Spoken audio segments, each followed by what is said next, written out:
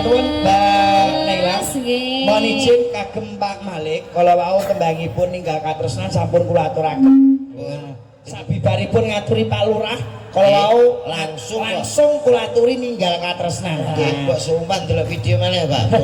Menawi mangke dereng dipun tasih kurangen, mangke dipun lanjut kalian Goro-goro ninggal katresnan malih. Mbak Cangik, Mbak Limbuk, matur sembah nuwun inggih gatos tawon ana tupe Lakon ana tutuke. mugi-mugi piyai kene sapungripun ngawontenaken bersih desa ya Mas, bersih dusun Sumber Sari dipun paringi sehat walafiat, penyakite omone kanggo wong tani ndang minggat. Amin. Sedaya para wargane diparingi seger waras rezeki sing kathah tur barokah. Nggih, mugi pangapunten ingkang kathah mbok menawi anggen kula kalih Mas Lindro anggen paring panglipur wonten klenta-klentunipun nyuwun pangapunten ingkang kathah. Sebagai Mas Dalang saged derekaken. Nuwun, Mas.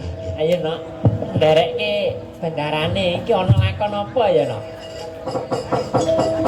Kan